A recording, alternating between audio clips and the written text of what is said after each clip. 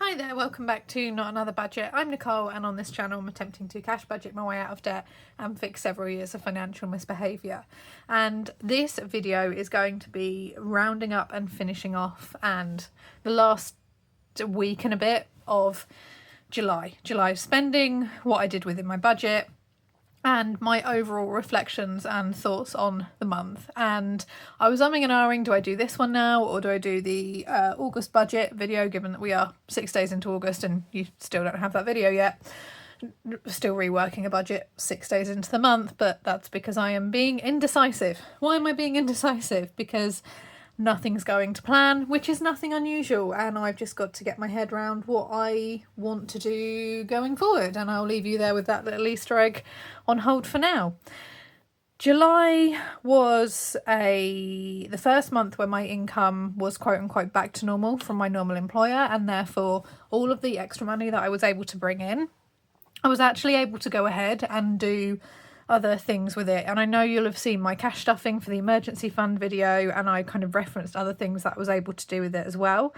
And that was something I think I was waiting for. I was waiting for that month where, knowing that I had been able to and could and had and do plug gaps financially through me selling online with a little bit of reselling here or there, although mainly me still destashing my own stuff. But as I've said in previous videos, if I walk past something where I know I can flip it for a decent amount, I will go ahead and do so, because it's literally walking away from money in my book.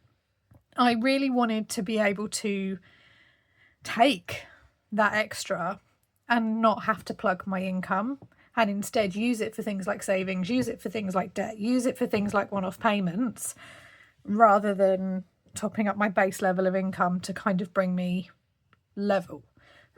My voice is still really like husky and horrible. My tonsils are up, and yeah, it's just one of those things. So there will be kind of a bit of coughing and throat clearing throughout this video, but hopefully we can get there.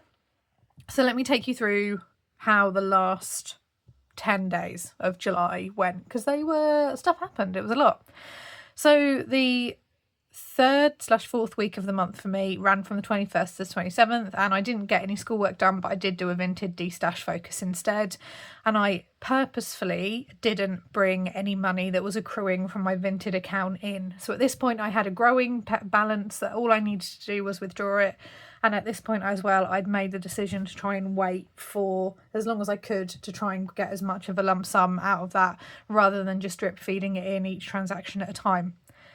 So what I worked with this week was the rollover, which in itself was a bit of a challenge, because the temptation of knowing there was a pot sitting there which I could draw in if I wanted to was very, very tempting, but was also forcing me to be disciplined and look at other areas. It was also a week where it was the first week of the school holidays, and I had a quiet, on purpose week where I made no set plans. I didn't leave the house apart from dropping orders off. I was purposefully very low, kept myself very low energetically. The rollover I was working with was £216.84, and what went out was my council tax of 136.42, and my water, which was 39.39. So my biggest kind of category of expenses this time round was my fixed expenses, and that was £175.81 with a rollover of £41.03. And this is where,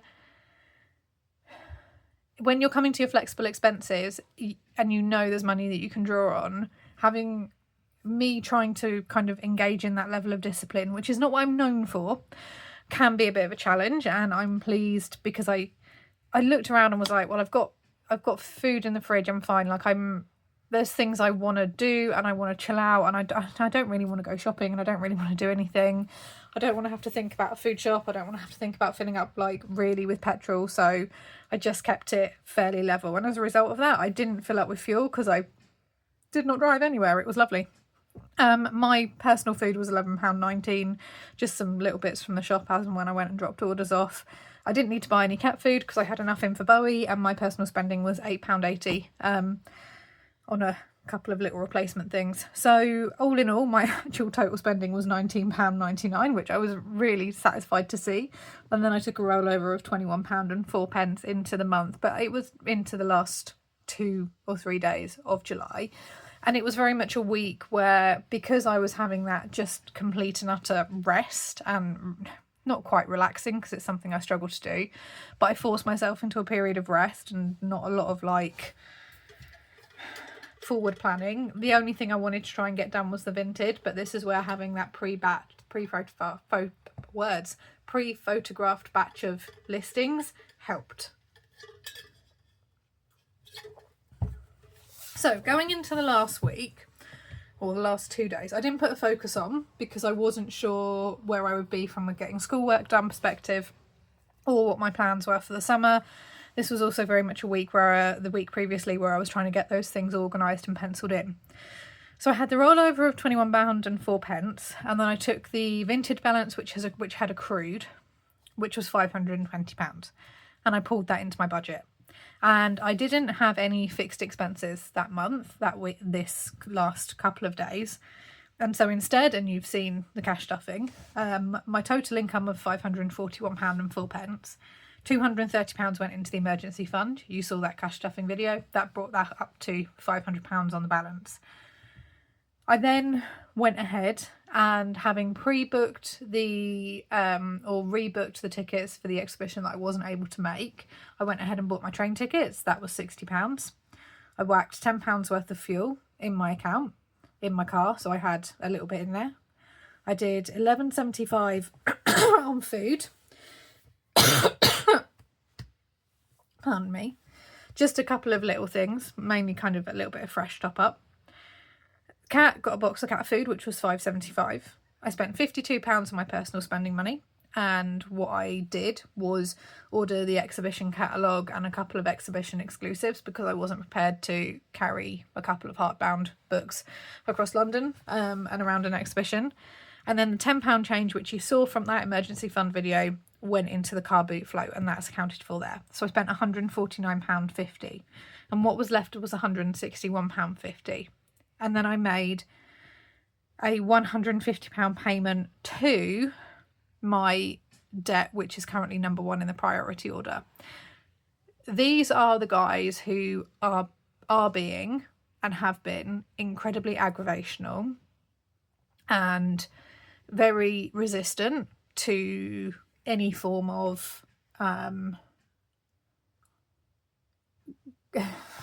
in basic terms, I have energy arrears.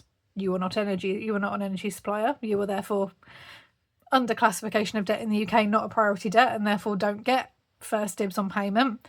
But decided to go ahead and work out how much interest should have been accrued, which has been their prerogative because it's not been on, and put that on there. So that debt went up by a little bit, and on that basis I just made a £150 payment. It's more of an appeasement payment. It's also designed to try and tackle the interest that they've put on, and they are going to have to be a debt which I will have to get incredibly aggressive with myself from the beginning of September.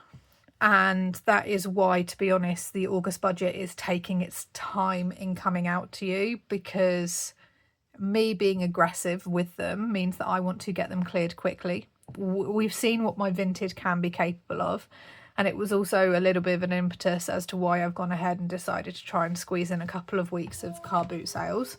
Although the car boot sale that thank you train, did do was not successful. I came away with a minus of £5.20, so never ideal. And it was a little midweek one in an obscure village in the middle of nowhere on a little local like Sunday league football, like not even Sunday league, five-a-side football field. I've established that it was not the car boot that I needed to go to, and obviously being minus £5 is never what you want, but full disclosure, that was breakfast and a coffee.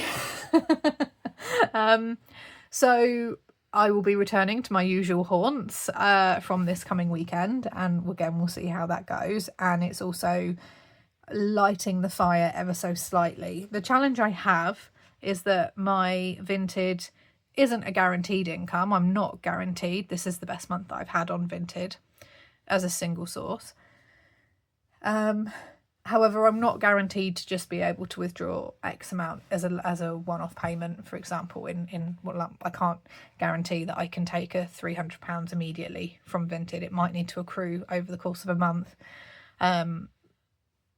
So therefore, do I go ahead and make the decision that when I get paid, I will take a 100, 200, 300, whatever payment it is, straight from my wages, and then fill that in with Vinted instead?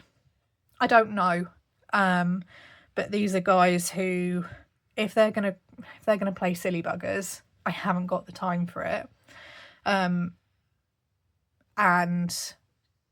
I need to get things tackled and gone pretty sharpish. So there is a little bit of a delay in August's budget coming out to you still.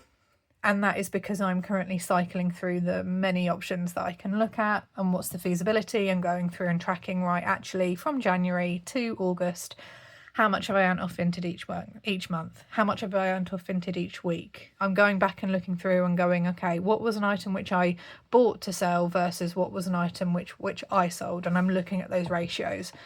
I'm looking at what is also coming up over the next 4 months. Well, within there I have my brother's birthday, my sister's birthday, and while those presents are accounted for, there may be associated activities alongside it.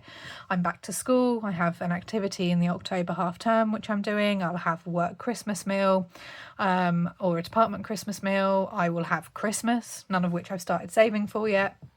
And there is a lot that I need to get my head around financially. There is also a lot going on personally, which I have alluded to, which means that, you know, right now, quite frankly, my heart is not in this. And I don't want that to be reflected in the content that I'm giving out either. So July was an odd month, both professionally and personally and financially. And I'm looking forward to, I guess, like I said in the last video, pulling my Doc Martens on and stamping my way through August with just sheer grit and determination if I can. So if you would like to see a breakdown of my kind of Vinted numbers, that data that I'm pulling, let me know down in the comments. I have no idea whether it will be kind of a graphical visual thing, but if it's something you're interested in, then let me know. And if not, I will see you in the next video, which will be my August budget. And if it's not my August budget, then it will be some form of car boot sorting or something like that for you. But we're going to try and kind of get the videos up and going, because frankly speaking, the technical issues have had a financial impact on the money that I was earning and due to earn off YouTube. It's also had a massive impact on the views and the uptick. I was kind of nicely climbing and nicely building, and it's just fallen off a cliff again, which is what happens when you are kind of stopped from posting for some time. But I will build and I will get back up again. On that note, therefore, I will see you tomorrow for another budgeting video. I don't know what it is, so I will leave you in suspense, and myself in suspense as well. Let me know your thoughts down in the comments below. I'm going to love you and leave you, and I hope you have a fantastic budgeting week wherever you are in the world. Bye-bye for now.